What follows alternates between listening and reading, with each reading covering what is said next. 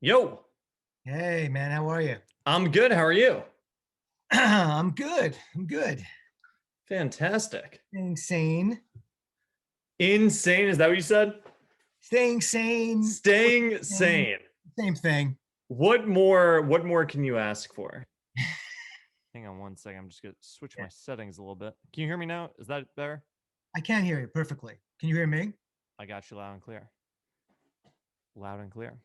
This is fun. We actually met very briefly at a Billboard Awards. I think it was a Billboard Awards conference. I was still in college, Did you go to and Syracuse? I did not go to Syracuse. I went to Berkeley. Oh, okay. And I think you were like doing some kind of mentor thing at like a round table. Yes. And I was like a kid sitting at that table with like, I don't know, 20 other students. I remember this. You Dude. definitely don't remember me, which is cool. There's no way you would. No, But but I mean, I remember doing. I mean, I did that twice or two or three times. So I mean, for sure, I met a ton of Berkeley people and a ton of yes, Syracuse people. 100%, 100%. And so here we are again. Full circle. Okay. Well, I hope I wasn't too much of a dick. You were a huge dick. I was questioning doing this. No, I'm kidding. I'm totally kidding. No, it was amazing.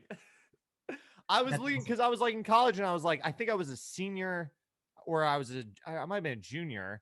And I remember it was with you, and then I was at another table with an agent from APA, and it Yeah. like got me super pumped about going into the industry. I was like, and then I got into the industry and I realized it was horrible. It was totally misleading, but no, I'm kidding. Some days. Some Some days. days, some days. So how I'm just gonna dive right in because why not? Yeah. How Yeah. how did you how does the Aerosmith scratch off ticket idea come together? This is like my favorite story. Aerosmith's my first concert, probably my favorite band. How does this idea come together? That's yeah, that's one of my favorites for sure. Um, and certainly, one of the kind of defining moments in primary wave proof of concepts in terms of what we do and why we really believe we are different than any other publisher, because no other publisher, Does that? Zach, would have come up with this. So basically, when I was before I got to Primary Wave, when I was actually I ran marketing at Virgin Records for a little bit, and um, during that time, I kept seeing on TV these advertisements for these big movie openings in conjunction with some sort of scratch off lottery card, and it always kind of struck me as weird that the music industry had never kind of done something similar.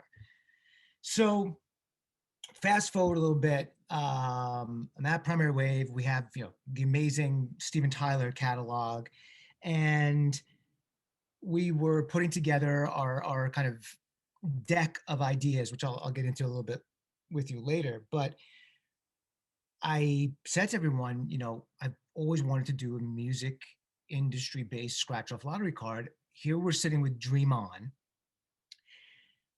It just seems too perfect for me. And I said to the team, I'm like, we need to find how to get to, a major lottery company, because there should be a Dream On scratch off lottery It's a card. no-brainer. No It brainer. has it has to exist. Yeah, yeah, yeah. And by the way, in the beginning, I was only thinking Massachusetts, because the band obviously from Boston. And they said you were crazy. They said, "What are you talking about? It's got to Crazy. be everywhere."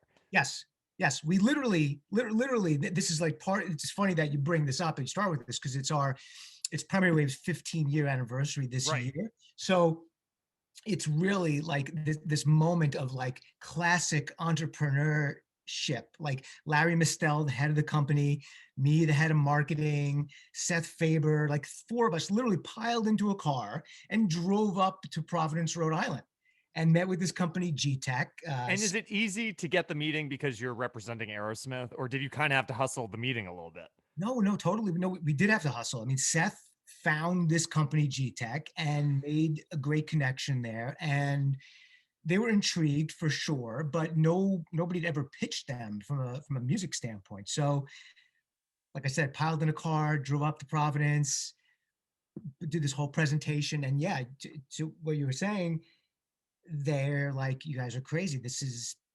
You're thinking way too small. This is much bigger than just the state of Massachusetts. And yeah, it ended up running in like 11 states. And on the publishing side, it was phenomenal because Dream On was utilized in both TV commercials and the radio Huge. spots. And it was great. It was really So great. how do you look at each idea?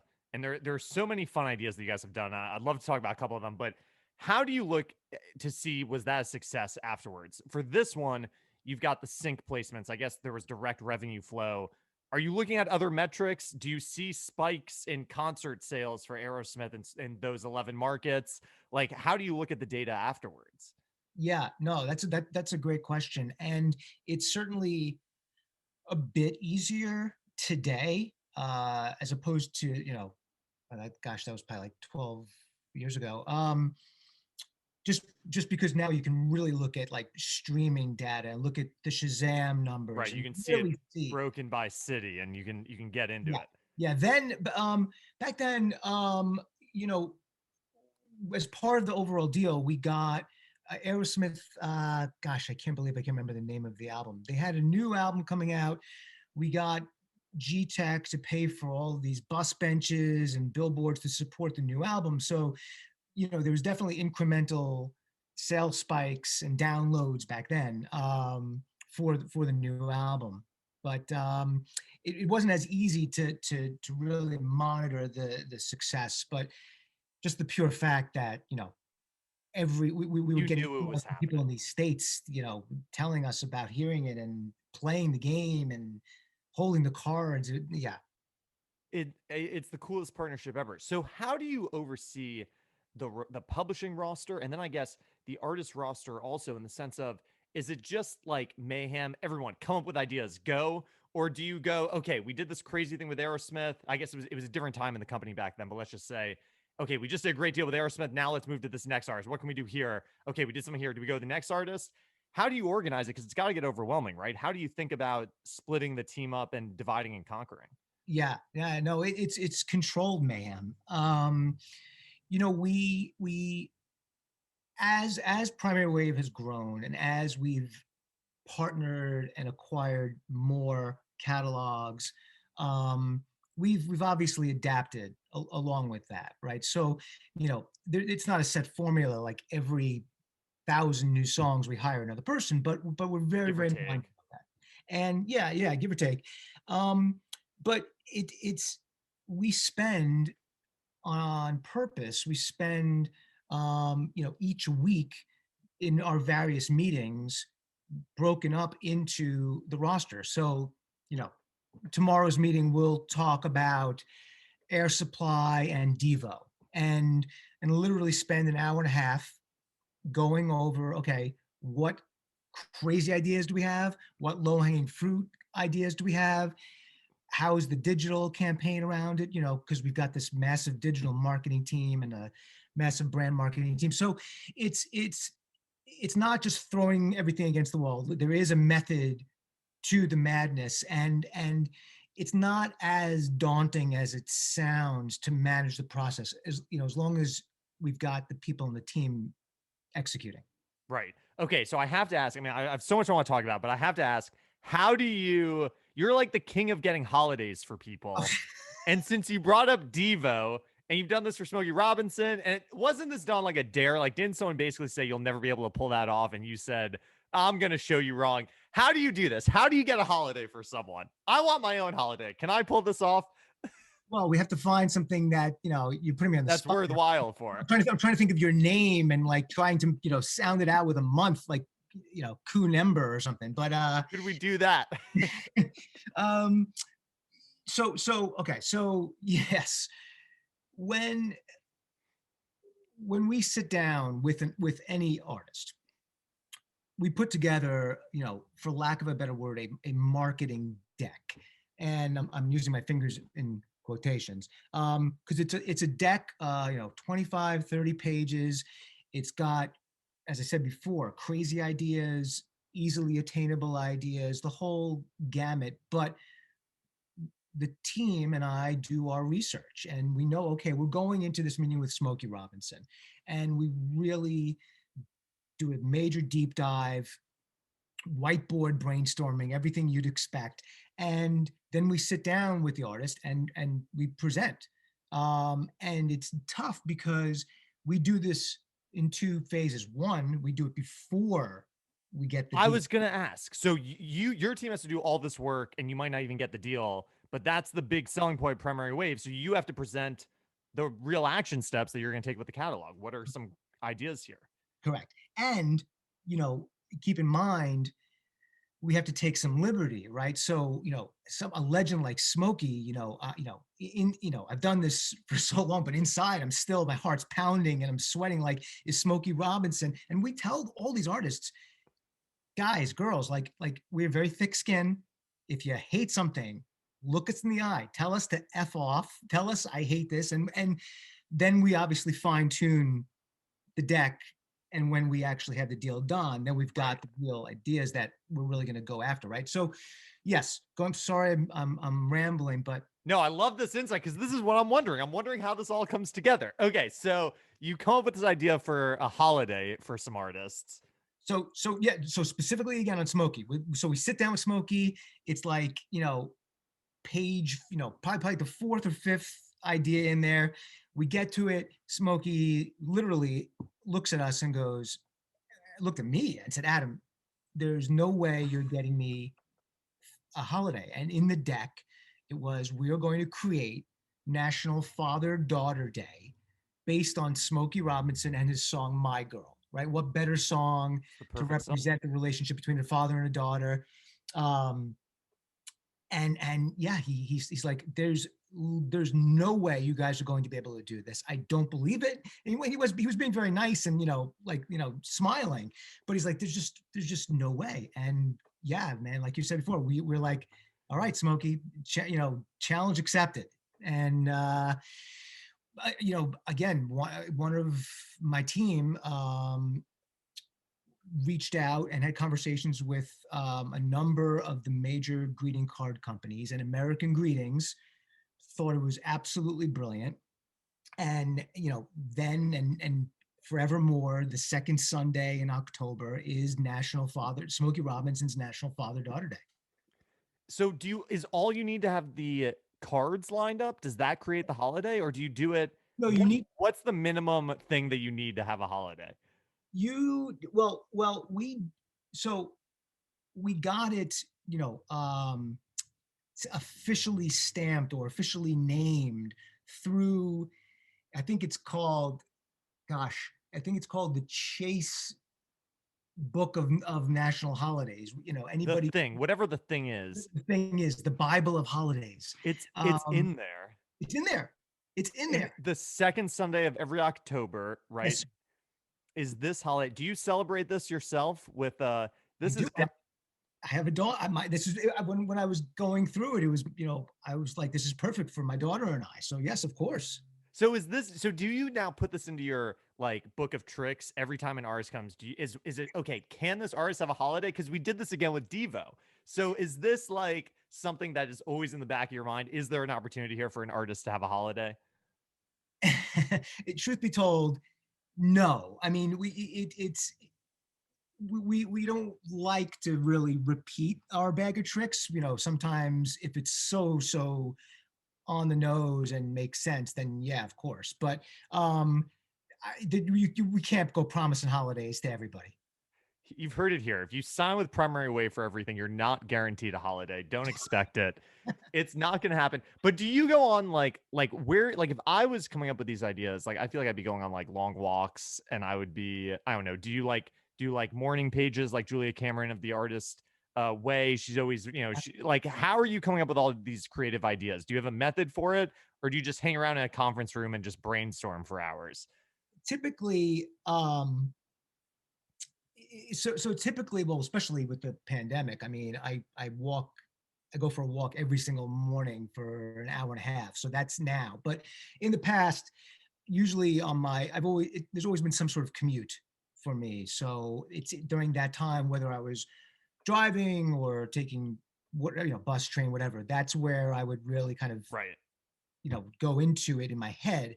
And yeah, I always like to go into all of our brainstorming meetings with a list of at least a few ideas. So there's the thought starter process, and not relying on everyone. I do like to begin each meeting with, okay, guys, look at these 4 or 5. What do you think? Can we make it happen? And then it starts the dialogue going from there.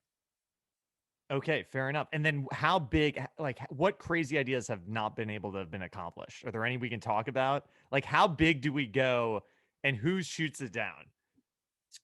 The That's a great question. Nobody's ever asked that, surprisingly. There's so for gosh, I'm just trying to remember if it was in the Steven Tyler deck, or was it in the Smokey deck.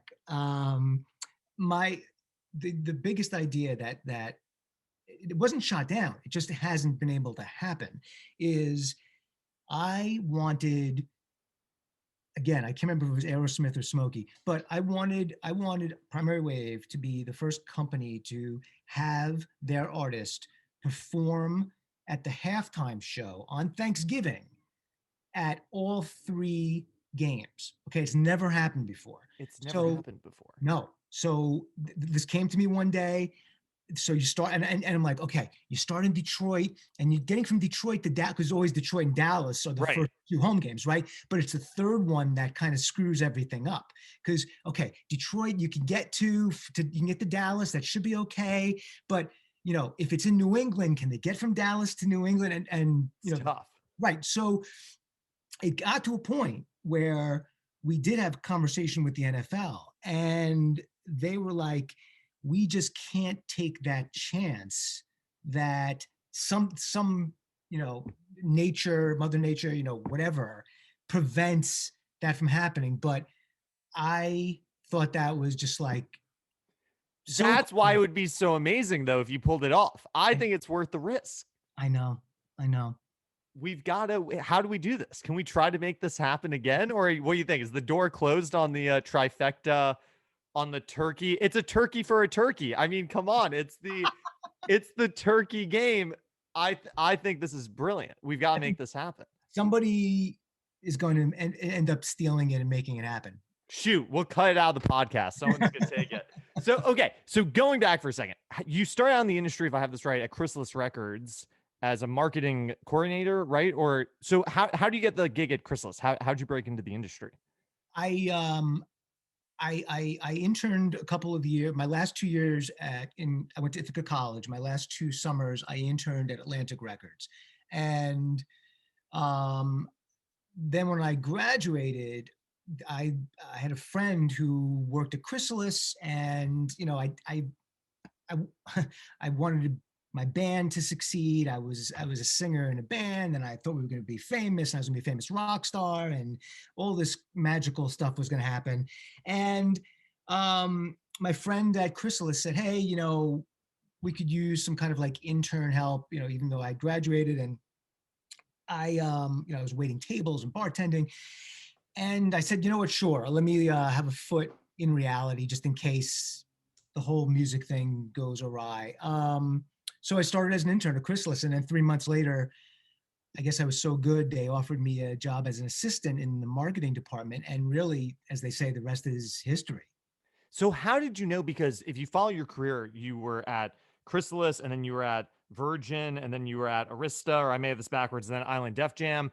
How did you know it was time to switch labels, or what happened each time? Did an opportunity come? Did you find another position? How did you know it was time to move to the next gig? Yep. There were various reasons for each of the move. When literally, I went from Chrysalis got taken over by EMI and SBK Right. back in those days. So literally in the middle of 1997, not sorry to bore you, but EMI shut down, like everyone from the head of the company to the lowest paid assistant, literally got shut down. And so that forced me to have to go look for another gig at that point. So I ended up going from Chrysalis to Arista. And then I was at Arista for a while. It was amazing, like best time, one of the best times of my lives. I was working for Clive Davis, and then Clive got let go, and then L.A. Reid came in with Larry and Mistel, and that's how I met Larry. And then Larry went to Virgin, and he asked me to come with him to be the SVP of marketing. So I went And there. this was kind of a crazy time at Virgin Records, right? Because didn't when you guys start, did the whole label, did the whole roster kind of fall apart, starting with sort of like the Janet Jackson moment? Like, what was happening at Virgin at the time? It was kind of a crazy moment, right?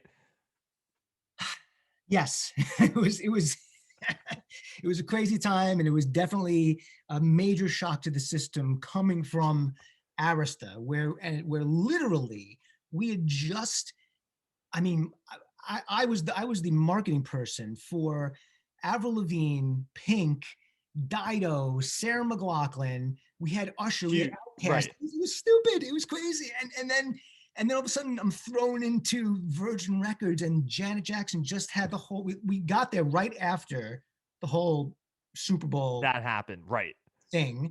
So MTV would not play any Virgin videos because of that. They took it out on Virgin, and Larry and I Isn't walked. that like, isn't that the most frustrating thing? And then what didn't like the Rolling Stones, like, because didn't Virgin just sign the Rolling Stones, if I have this correct? Yeah, right around that time. Yes. And they're totally everyone's blacklisted from MTV. Isn't that crazy that that happened? Like it's like unfair, isn't it?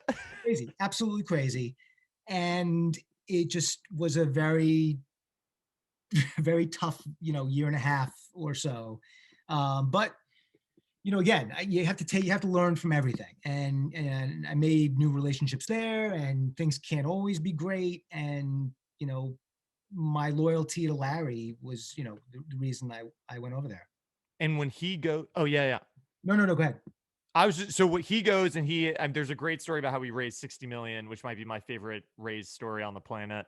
And then when that happens, does he just bring you with him right away? Is that how you end up with Larry and Primary Wave? I had about a year gap, because as Larry was doing this, pulling off this miraculous raise, and and that is true. You're right. And We've got to tell the highlight of the story, which is he's trying to get money from everyone. Nobody's giving him money. He goes into a final meeting. He walks out of the meeting. He leaves the books in the meeting.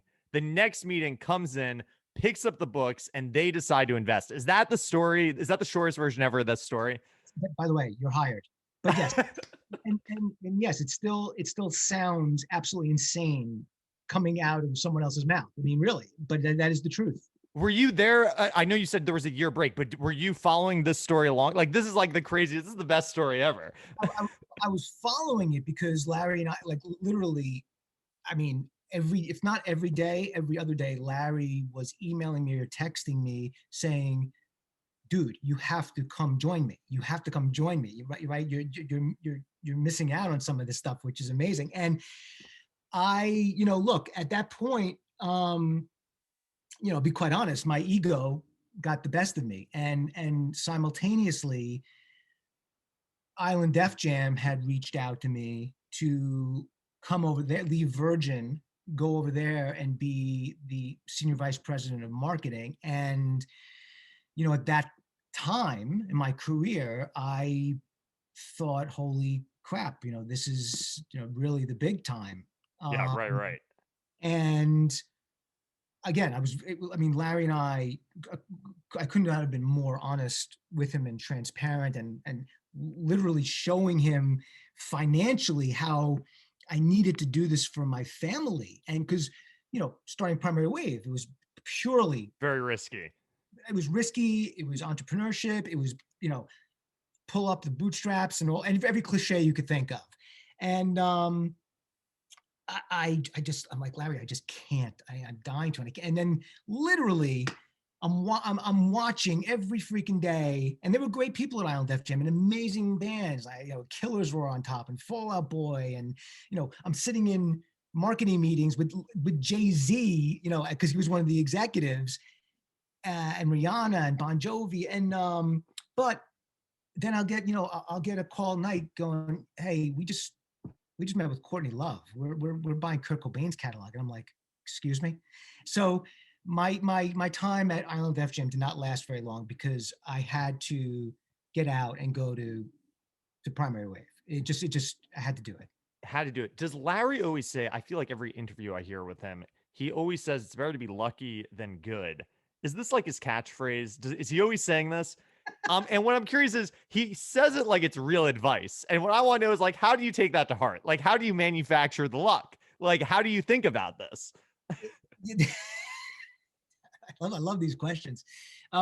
He says it all the time. Yes. He says all the time, right? That's his line. Yes. That is his line. And I think we've all adopted it. What does that mean? How do you put that into your life? How can you be lucky? I mean, how does it work?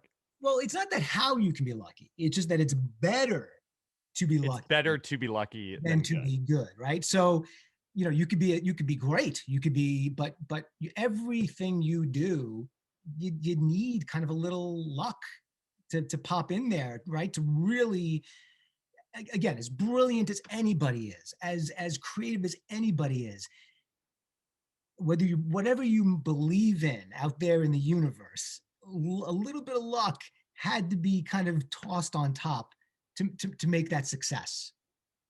So fair enough. Yeah. Okay, so the Nirvana catalog gets purchased, and were you part of the team that came up with his lyrics on the side of the shoes? Was that you, or was that before your time? That was right before my time. That was Justin Shukat, one of the founding members, and I mean Justin was another reason why I had to be a Primary Wave. I mean, again, Larry and I were friends. He was one of my mentors. Justin Shukat is over there. He was literally my assistant at Arista Records. Like we all knew each other. We all genuinely liked each other, and that just added to the reasoning for me to go over there. But yes, so Justin came up with the idea for the Cobain Converse, which is freaking, again, that and the Aerosmith scratch off tickets. You're off with a bang. Primary Wave is off with a bang. Go to any meeting and go, okay, has your publisher ever even approached you with this concept, let alone execute it? No, I don't think so. So yes, Justin that was a great freaking idea. Do you see other publishers today? And I guess Hypnosis might be on this track, although maybe it's still too early, but it's been 15 years of just incredibly innovative ideas, brilliant concepts. Have you seen other publishers kind of try to take this approach? Because it feels like there's no one else, even the smaller companies or whatever. Like, it doesn't feel like there's that many people that are that innovative in the publishing space. Yeah. I mean, the short answer is minimal. I know. I mean, I again, I'm not trying to be arrogant but I think it's kind of a fact, or I just don't see Zach, anyone doing it. Zach, it's a 100% fact. And again, yes, we don't know if Hypnosis is going to start, adopting some of the things that we've been successful at or not. But no, the majors for sure. Never, I don't know if they never tried, or they tried and it just didn't work, or they're, the number of copyrights are just too insane to really dedicate the proper amount of marketing behind it. Or in some cases, I'm sure, and I mean, they've been so good at it, but just like their amount of real estate is so great that the calls come in for great songs. So why did they have to spend money to make some more money? Right. It's already flowing. How are you thinking now with targeting, legendary artists to, let's say, Gen Z? There was obviously the big moment with Ocean Spray and Fleetwood Mac. Is this something that you're thinking about now? How do we, reach this new generation that's super digital? We've got these legendary, iconic artists. How do we get them in front of kids so that their legacy can sustain? How do you think about this right now? Yeah, no, that's something we think about all the time, because that is part of our pitch when we initially sit down with these artists. And we don't say it flippantly. We really pride ourselves on coming up with ideas and concepts to get to Gen Z. So, yes, the dreams thing, man, I don't even know what to say about that. But I'll Was take that planned? Did anyone plan that, or was that totally random? The guy's on the skateboard with a song. again. Larry says it's better to be lucky It's than to be better to good. be lucky than it is to be good. Yes. I mean, that's the perfect example of that. But I will say that for someone like Paul Anka, and I don't know how much of your audience is familiar with Paul Anka, but you're talking about, a icon who's about to turn 80 years old. He wrote, you know, he wrote the lyrics to My Way, Frank Sinatra's My Way. He wrote, wrote for Tom Jones, and I mean, he's just massive. He wrote "Put Your Head on My Shoulders," just massive, massive hits. And a normal person would say, okay, you're not going to get, similar to Smokey saying to us about the holiday, you're not going to get Paul Anka trending on TikTok. It's just not going to happen. And our digital team is so good. And we went out, and when we first saw that Doja Cat had used a piece of "Put Your Head on My Shoulder" as a bed to one of her songs, Justin immediately went to Doja Cat's management. Our digital team immediately starts a whole TikTok campaign, utilizing "Put Your Using Head on," that. and it grew and grew and grew, and it ended up being so big. Again, Paul Anka trending on TikTok. I would bet almost anything that he's the oldest Person to living trend on artist. TikTok. Yeah, I really do think that, and it's shown. He now has, and we'll certainly see this once the touring opens back up. But he would say to you right now, I get stopped on the street by 15 and 14-year-olds, and they sing "Put Your Head on My Shoulders" to me, and he is just, floating on air from that. And he really expects, as do we, once touring opens back up, you're going to see Younger. 15-year-olds there with their moms or the grandparents or whatever. So it'll be very, very interesting to watch this. But again, that was all the power of primary wave. The power of primary wave. Don't bet against it. What happens when the dreams thing takes off? Does your team start internalizing, saying, okay, we're in the middle of a moment here, how do we capitalize on this? Like, didn't some of the members of the band then get on TikTok, and did you think, how do we accelerate this? Or with things like that, is it even possible to do anything, or is the fire so big that it's like, it's already taking off? Yeah, no, that is a tougher one to really try to amplify, because it got so big so quickly.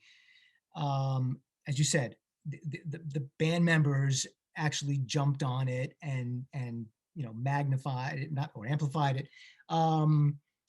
So that's a little bit more difficult for us to really add anything of substance to the campaign without it starting to become very forced and very Right. cheesy. And we really, really don't want to do things like that.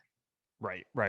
How have you been thinking about, I'm assuming probably over the past couple of years, as more and more DSPs are opening up in international markets, and you are, I'm assuming, American, you seem American. How do you think about marketing in like China, Russia? Do you think about this where these are markets and cultures that we have less, that we're not as familiar with, and how do we come up with meaningful brand partnerships or marketing opportunities in these areas? Yeah, we do. We've been spending a lot more time looking at what opportunities could exist. So, as an example, we recently, in the last 2 months, brought on chief Natalia. officer Natalia, and Larry and I have known her for years from her time over at the agency group in UTA, and she's fantastic. And you know, she is speaking to various musicians and record company people in Russia and in China. And what we're looking to do at first is have the DJs over there in those territories who are successful already and already have a huge following and huge Spotify or whatever DSP exists there, Right. numbers there, have them do new versions of our songs, right? So So it feels culturally accept, or what would the word be? It fits in with the culture. it does. It does. And especially when we really dive down and we look at somebody like an Air Supply, for example, who has, believe it or not, they're a tremendous following in the Philippines. So, our A&R team, somebody, of course, has, connection over there. Next thing we know, an artist from the Philippines is doing a version of an Air Supply song, and it takes on a whole new life. So we're constantly coming up with new ideas, new ways to reach. I mean, this is such a huge world, obviously. So there's limitless opportunities. Limitless opportunities. Are you focusing a lot of time right now on in-person marketing, experiential marketing as the world's starting to open back up? Is there, as festivals are starting to happen, is this becoming the new thing for the next 6 months or a year that everyone's going to be focusing on? Man, your questions are good. Everything for us has to somehow affect the earnings of the Of song, the publishing right? or the masters if you have them, or whatever it is. Correct. So it takes a while to get in the right mindset, especially when we bring new people in and they're like, let's have this person on the Thanksgiving Day parade. Let's, and that, well, that doesn't really, maybe streaming will increase a little, but how does it really truly affect the earnings? So yes, the short answer is yes to your question, but we have to look at it more along the lines of, okay, we have Whitney Houston, right? We own 50% of the Whitney Houston estate. We've been doing a tremendous job. What is there in the experiential space with an artist who isn't living? So yeah, we're working on right now a significant mobile installation, for lack of a better word, right? Something similar to what the Rolling Stones have done and David Bowie has Right. done, but for Whitney, and obviously music will drive the entire program, and this will be something that we will look to start in New York, but branch out into multiple cities. So from from that aspect, that's how we're looking at the experiential side, where we are producing and creating, along with this company, Five Currents, a whole Bob Marley immersive um, project based in Las Vegas, and we're on track right now to open sometime in 2022. So things like that that's how we need to think. The music needs to drive everything. We need to be able to affect the earnings of the music. Right. And you've got to think like the brilliance of the Aerosmith deal was that if it did nothing else, you got the money from the sink. With the Kurt Yeah, Cobain deal, the lyrics were on the shoes, which I think was carefully thought out right. because by having the lyrics on the shoes, you were able to cash in with each shoe. So it's how does each deal, how can, if possible, how can each deal actually directly contribute funds to Exactly. the catalog, right? That's the Yep. Josh Rothstein tells me you are the king of puns. Is this true? How often are you slipping in puns into the conversation here, Adam? Now you put me on the spot because I'm not gonna be able to come up with anything. But yeah, well, yes, some would say puns, some would say bad dad jokes. There's a very, very fine Fine line. line between the pun and a bad dad joke. It's almost, it's almost unnoticeable. Yes. But I do like to slip that in and make people laugh. And sometimes they, you know what, it started with talking about before. You asked me about ideas that we haven't been able to achieve. There is another one, and that is, and this does go in most decks. I'm being honest here. It's for the first time revealing this. Um, Ben and Jerry's ice cream flavor. Yeah. This has been something that literally, when I was at Island, I thought I was genius. And I came up with this idea for Bon Jovi. I wanted to create an ice cream with Ben and Jerry called Bon Jovi. And it would be vanilla ice cream with little bonbons mixed into the vanilla ice cream. And I'm like, oh my God, this is great. That's a great idea. That's a great idea. I'm running around like I'm the best. I'm the best. And um, the manager is like, eh. And I'm like, really? So it never went anywhere, but I always kept this in the back of my mind. So talking about the puns, yes. So every time we do a deck, There's it's an like, ice okay, cream pitch. what's the ice cream flavor? Okay, Melissa Etheridge, crumb to my window. I mean, I mean, they're literally every. Who I think only two artists have ice cream flavors with Ben Jerry's. It's Cherry Garcia and Fish Food. Are there any others? I think there may be a couple of other. Oh well, Bob Marley has. Does he have a flavor? I guess It's what do you call it? Where it's the it's not cyclical. It's is he I feel like he is on the I on can't. something. This is before we obviously were involved with him. But yes, he has a recurring flavor, but it's not a constant flavor. It's we need Adam to come in with a pun for it. Now Jenny's Ice Cream just did a Dolly Parton partnership and they did a Dolly flavor. Really? Yeah. Jenny Bauer at Jenny's Ice Cream might be your way in here. Listen. I have to make this happen. This is my I'm a huge ice cream fan. I grew up in New York. We would go to the Ben Jerry's factory when sure. I was a kid. It's the best. I'm a massive Ben Jerry's fan. And my brother actually, in his childhood bedroom, has every Ben Jerry's flavor stacked up on his bookshelf. Like he's obsessed with Ben Jerry's. Oh my I god. think this is a great idea. It speaks very personally to me. I want to make it happen. Yeah. I want to see you make it happen. I'll cut you in, man. Anyhow, Cut me in. Yeah, it was all my idea. How about the Alice Cooper hot sauces? How does that come together? Who makes those? Were you trying hot sauces or did you find them somewhere? that was one of the deals that came in through Rob, who runs our digital team. He's kind of like our jack of all trades. And Jeff, who runs our branding team. That was really one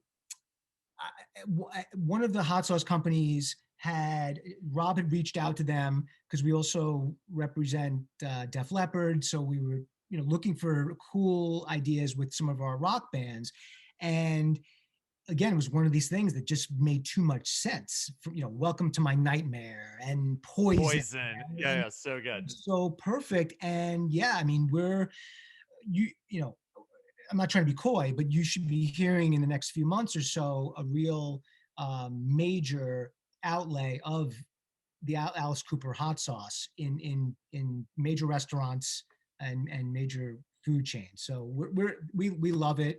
Now, again, this is, I don't want to sound like I'm contradicting myself or being a hypocrite. There are concepts that are just too good, even if they're not going to throw off significant earnings on the They're publishing. just clever and they're almost low relative to pulling off a holiday. A hot sauce brand is maybe a little bit easier compared to other things. It is, and something like the hot sauce brand can obviously takes on a life of its own, gets Alice even more press, gets him spoken about, maybe makes a supervisor say, "Hey, I forgot about Alice Cooper." Right? These all Works, have long tail effects. Or it all, I think, like, by like Larry trying to raise the money, he got lucky. By putting out these hot sauces, you get lucky. By doing something else comes of it, or you never know what happens. And Shep Gordon says that Primary Wave is like the one publishing company that's ever provide value for Alice, right? Isn't that true? He has said that. He has said that, and he's an amazing partner. And I think I don't think I know he sees again. I hate sounding like I'm beating a dead horse, but any publishing company is never ever going to approach a Shep Gordon or any manager for that matter and say, we are going to create a line of hot sauces for your client. It just not in the mindset of any publisher. And I really the one of the beautiful things is that the Shep Gordons and all of the managers realize that in the beginning, I could see it in some of their eyes, especially the newer managers, right? As we're having these conversations with them and the artist. And also we have a management division, right? So they're probably, this business, can be shady at times, right? Yeah, And right. I'm sure several of them have in their minds, these guys going to try to take my client from me after we do this deal. And it's so not that at all. We really want to be a partner. We want to be Shep's, you know, AAA, farm club, and let us do the dirty work. So I think throughout the years, we've proven that that is really the case. And that's kind of the price. Like you guys prefer to only buy 50% of the catalog or whatever it is, as opposed to you guys. Well, you prefer not to buy catalogs full out typically, right? Correct. We prefer somewhere between 50 and 80 is the sweet spot. But yeah, we want the artists and the managers or the estates to be incentivized, and we're going to make the piece that they hold on to even that much more valuable by everything that we do. And we want to have this constant dialogue and back and forth. And nobody knows their catalogs better than the artists themselves, right? No matter Right. how much of a geek I might be about, Marley or Sun Records or whatever, I'm never going to really, really know it the way Sidella Marley knows it, or the way, Right. Right. Right. we want. So we need them as partners. We need them in. We need Yeah. them in. What have we left out here, Adam? We've said so much. What's been left out? Ali and AJ has a song come out this week, I believe, if I'm not mistaken. It was on New Music Friday. Yes. What's been unsaid? What have we left out here? Um, Gosh, well, that, yeah, on the management side, we're yes, Ali and AJ, we're extremely excited, to be able to represent a band like them. They're just phenomenal. This new album is phenomenal.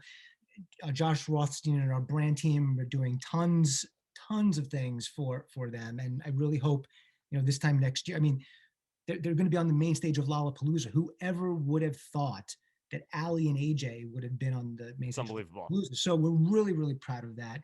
I mean, our management roster is really diverse and really cool. I mean, we've done amazing things with Melissa Etheridge, and we have Belle Biv DeVoe and Isley Brothers and Cypress Hill. Plain White Tees. Balance. Plain White Tees. Yeah, it's a great balance, and it's great to have kind of the publishing side and the management side play off of each other. And we're all one big company, but it's great to be able to use the different leverage points for Is the like do you, how do you oversee marketing on the management side versus on the publishing side? Like, is the team split up where it's like there's people who do just publishing, people who do just management, or is there more crossover? How does that work internally? Yeah, no, we've tried it both ways. And we still kind of experiment with different things, but it really, at the end of the day, it makes the most sense to treat it as one team. So a digital marketing person,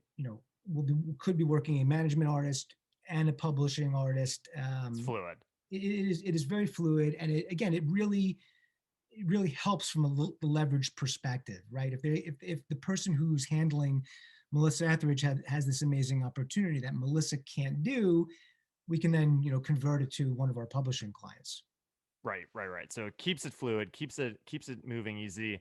What is the publishing book that you always, or I'm sorry, the marketing book? What is the marketing book that you always recommend to people? Do you have a favorite book that you always like to read or reference on marketing, even if it's not about marketing, but puts you in the right mindset? It's not there's not necessarily a book, but what I always say along these lines, and I'm sorry if I'm not answering your question specifically, and I may have even said this to you when we were at that roundtable, but any young person who's listening, if I could go back and speak to my 25-year-old me, um, go out and network as much as possible. And I know, obviously, take this year, year plus out of it. Once everything opens back up, no matter how tired you feel, no matter how exhausted your day has been, you've got to force yourself not to go home and sit on that couch and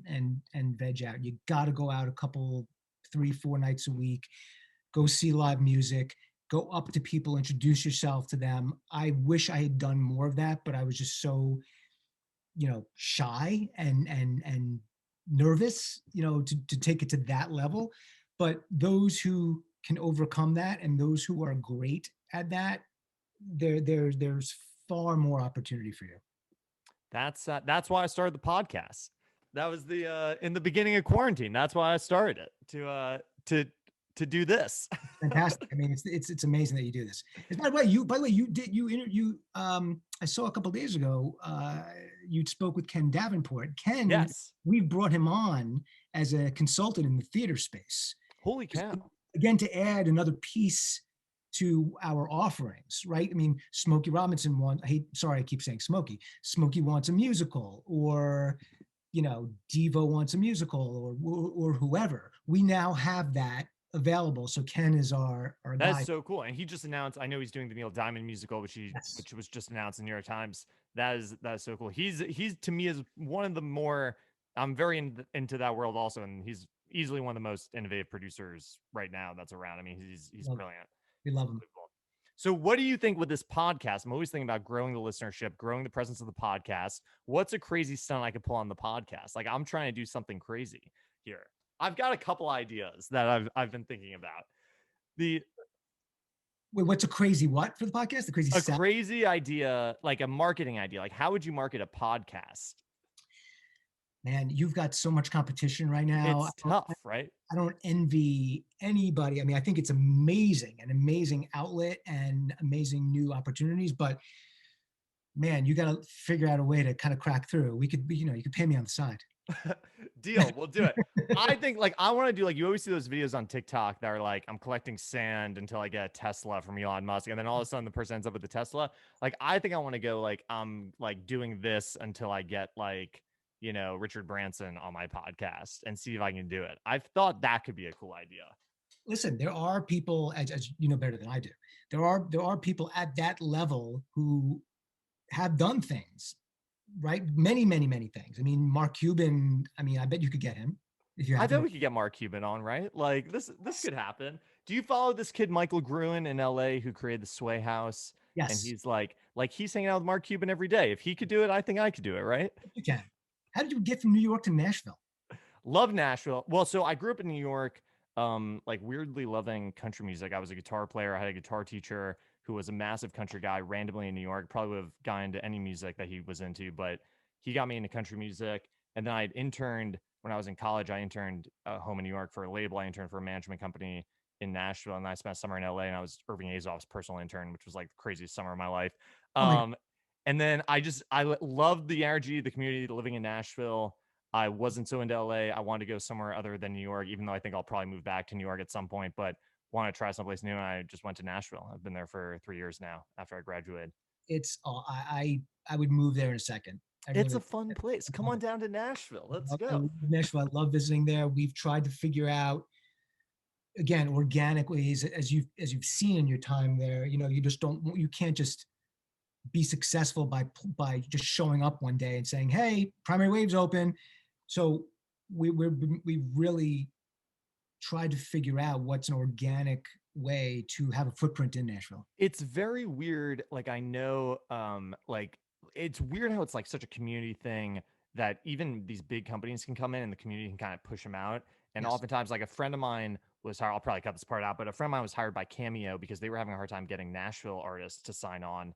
And Cameo basically hired him to like come in and part the season in Nashville. And like I've worked on an Apple TV show recently because they were having trouble getting in contact with Nashville people, and they basically hired me to consult and sort of bring in. And it was an Apple TV show, and they couldn't get meetings with like Wow. easy people in Nashville. I feel like they would have gone to meetings, they would have figured it out, but I basically came in and like set up all the meetings, and it was done. It Right. was really easy. So it's like weird how I think Nashville specifically can kind of close the door on outsiders. It's very community driven. Maybe it's that way elsewhere. I'm just not in those scenes as much, so I don't know. But Nashville feels kind of especially like that. It's interesting. No, it absolutely is. But Yeah. if we could figure out a way to crack the code in the next 5 years, that would be certainly a nice next step for us. Keep me up because I don't think I was just talking about this with someone literally yesterday that I think less country legends are selling their catalogs right now, and maybe that's because the country legends don't stream as much as as Smokey Robinson does. Maybe there's something to that, but I still think it's interesting that like Dolly Parton hasn't sold like those people aren't selling their catalogs. I don't think. Yeah. I think you're going to see more starting to. Um, but yes, typically, again, when you look at the last 4 or 5 years earnings, which is what basically every publisher does before they make an offer. Yes, in the past, country music for some reason does not sync, right? It just, you don't hear Yeah. it as much. But now if you really listen, now you're hearing Chris Stapleton, now you're hearing, so yes, it's not the classic country, but I'm hopeful that that is going to open up doors and kind of revive interest in these amazing copyrights that don't get heard enough. Right. Absolutely. Adam, thank you for taking the time. This Thanks. was so much fun. It was great to reconnect. It was a loose connection early on, but No, great to see you again. Please let me know if you're ever in Nashville when the world opens up, and for sure. I'm in New York all the time, so I'm Yeah, actually getting dinner with Josh tomorrow. are you really? Yes, Oh my God, that's so funny. Okay, awesome. that's He's the I'm best. going. He's the best. He's the man, and he hooked me up with something in Nashville. He gave me some great advice for a brand deal I was working on, and he gave me like 2 pointers, and we got this deal done with Moe's for something. It was like he's the best. I'm all about Josh. He's killing it for us. We love him. That's He's the that's awesome. best. And by Very. the way, so you play guitar? No. I play guitar technically. I work for a label in Nashville called Riser House, Yeah. which is like a Nashville imprint under Sony. But I studied guitar performance at Berkeley, and I switched to music business about halfway through. Okay. So I play guitar technically, but You don't have a band on the side right now? not right now. I don't. With the most I've been doing, I started playing pedal steel a couple years ago because I was really interested in it. And in quarantine, I've had a couple steel sessions because nobody in the right mind plays pedal steel. So I've done a couple little. I played for like a artist on Columbia like last month. I did a steel session for it, which was ridiculous. It was insane. I'm not a very good steel player, but like the standards are low with pedal steel. But I don't. I play. I mean, I own guitars. I actually just bought a new guitar recently. I pick up a guitar pretty often, but I'm not like I strum around. I'm casual on it. Yeah. No, the only reason not the only reason I ask. One of the reasons I ask is because we not that we have enough to do, but every year we are known for throwing a massive Grammy party the night before Grammys. And obviously we didn't have one this year. But in January, this coming January 22, one of the events that we're going to do that week, which we just started the planning process, is one of my management partners, Eric Baker, and I have always wanted to do an industry battle of the bands and do it for charity. And we know we're all, closet musicians and we all have like our dad bands and this and that. So we're going to have, what we haven't reached out yet, but, Universal Records and UTA and, get 6 or 7 companies Yeah, right. to get See, there. I was underselling myself. You gotta get me to do this. I'll put a Nashville band together. It'd be incredible. Seriously, we're gonna do it for charity. It's gonna be so much fun. We're contemplating each band may be allowed one ringer from within their roster. That can do it. One, I yes. love this idea. This is so fun. I've jumped in with like a WME and Nashville did Battle of the Bands thing. I've jumped in with them one Oh, time, which was fun. Like I've done this occasionally. oh, okay. I didn't even know it existed. So I see. I thought I was being. Well, they did it like within their office, I think. Like within the Nashville office, there were enough people that played, and I think they had like 3 or 4 bands for like a holiday thing that was Oh, just WME. I was like hanging with one of them. But yes, I would love to do this. I would crush it. I'll play pedal steel. fun. Beautiful, man. That's it. Great to see you. Stay well. Zach, thanks, man. Talk to you soon.